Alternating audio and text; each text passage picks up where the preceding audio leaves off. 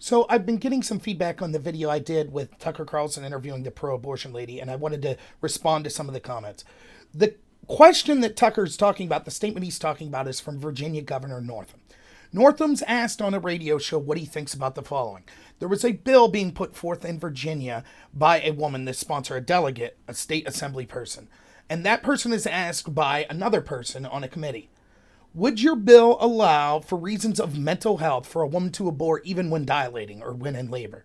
And that woman responds, yes, there is no time limit. For issues of mental health, even during labor, she could terminate. So, on a radio interview, the governor is asked, what do you think of these comments? Then the government responds with the comments that you heard in the video. So I'll read you the best quotation of the comments I found. He says, I wasn't there to hear specifically what she said, but, and then he goes on, when we talk about third trimester abortions, these are done with the consent and obviously the mother and with the consent of physicians. More than one physician, by the way. Well, the law sought to change that this one was pushing, but nonetheless. And it's done in cases where there may be severe deformities and there may be a fetus that's non-viable. So in this particular example, now what people are saying is because he says in this particular example, he's talking only about cases of severe deformities and when the fetus is non-viable. I disagree. I think when he's talking about in this specific example, he's talking about the example of what this woman said. This will be further buttressed by what he says at the end. So let's go with that line of thinking. So in this particular example, if the mother is in labor, I can tell you exactly what would happen. The infant would be delivered. The infant would be kept comfortable. The infant would be resuscitated if that's what the mother and family desired. Then the discussion would ensue between the physicians and mother. And this is the important part. So I think this was really blown out of proportion. Well, no, because the situation he was asked to comment about was about this woman saying, yes, even when dilating, a mother could choose to abort if for mental health reasons. That's the example he's talking about that was blown out of proportion, and that's the example he's talking about when he says so in this particular example. It is his feeling that third trimester abortions would only be done for reasons of severe deformity or mental non-viability. But that's not the case anyways. So I don't think he's specifically just saying. But let's give it, even if we give him the benefit of the doubt, it's easy to see that it's an ambiguous statement and it could raise eyebrows. Anytime you're advocating that you should allow abortion in the third trimester, particularly when a woman's in labor, that's pretty damning when you're talking about just issues of mental health. So then when you take it a step further and say, oh, and here's situations when a baby born could also be murdered, like, it's reasonable to raise an eyebrow and be like, wait, what? So you shouldn't have to clarify your statements quite specifically to say that. So it's reasonable to bring up that question. Now, the video on the interview with Tucker was, he says, wow, this sounds really bad. What do you think, abortion lady? I said in my video, if she would have came out and said, I believe he misspoke, or I believe this is out of context, or I believe he was only talking about non-viable fetuses, that would have been a better answer, and I wouldn't have probably did a video on it because I wouldn't have shown this crazy extremism that I'm talking about. But she didn't. Instead, what she did was deflect and say anyone who has questions about the possibility of killing babies once they're born just wants to remove all abortion rights. And that's indicative of where the left is going. They're becoming more and more extreme, where if you don't agree with everything they say, then clearly you don't agree with anything they say. And that's not true. I think the average person is somewhere in the middle. They're not extreme on the left or the right on abortion. They're not like life begins at the day of conception. Most people aren't that. And they're not, you could terminate up until and possibly even after a delivery. Most people are somewhere in between and think maybe some abortion should be allowed. They just disagree on exactly what those circumstances are and how early or late they should be allowed. So it's reasonable to bring up that question, and this woman's making it an extreme issue, saying, no, to even question whether or not we should be able to kill babies afterwards proves that you're not for any abortion. That's not true at all. That's driving us towards extremism, and that extremism should be rejected, especially if you're a Democrat. You don't want someone like this representing you.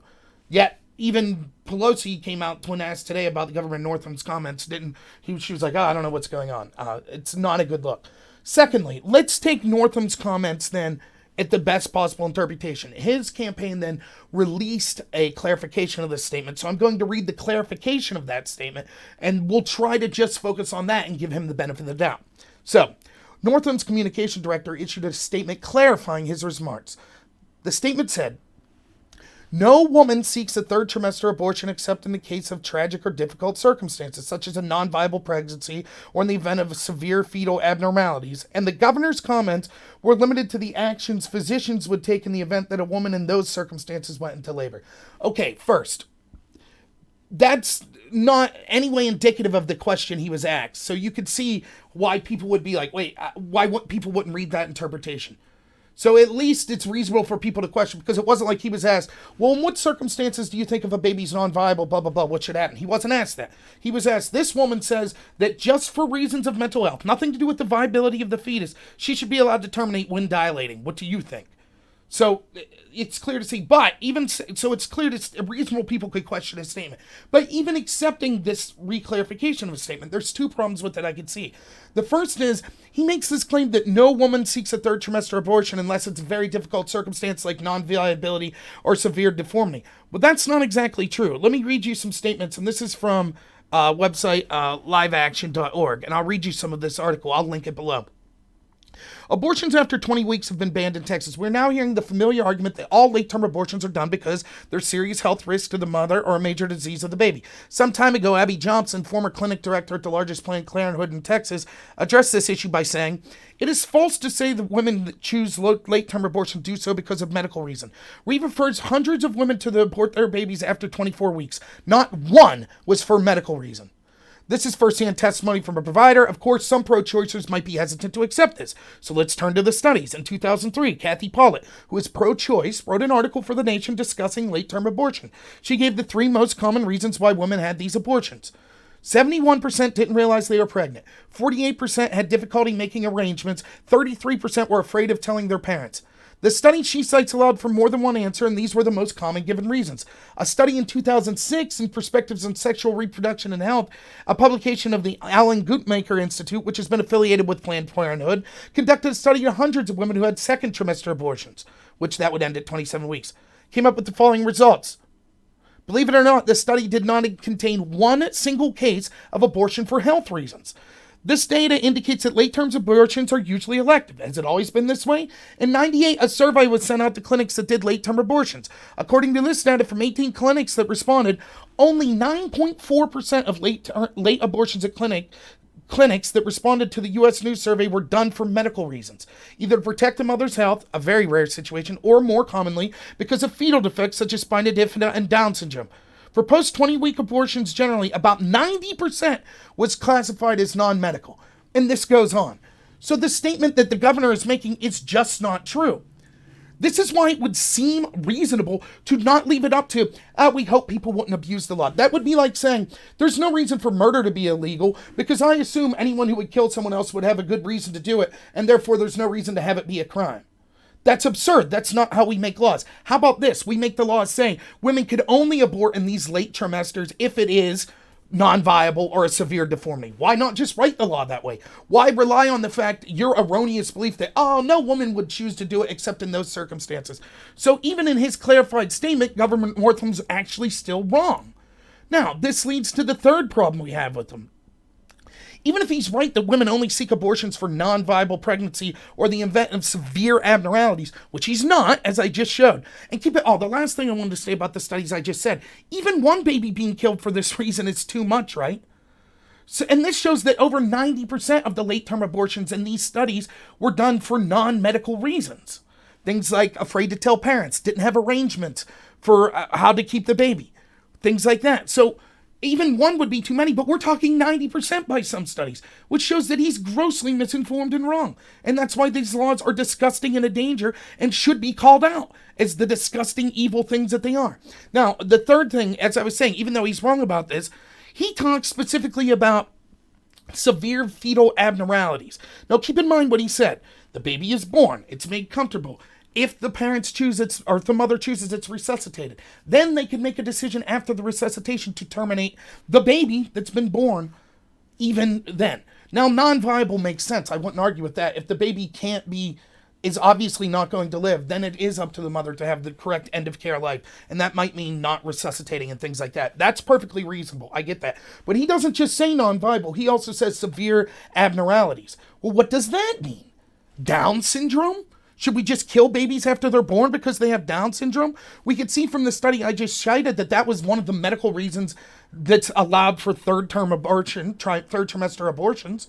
So wouldn't that also apply to after they were born under the governor's interpretation here? What about severe abnormalities or deformities like born without arms or legs?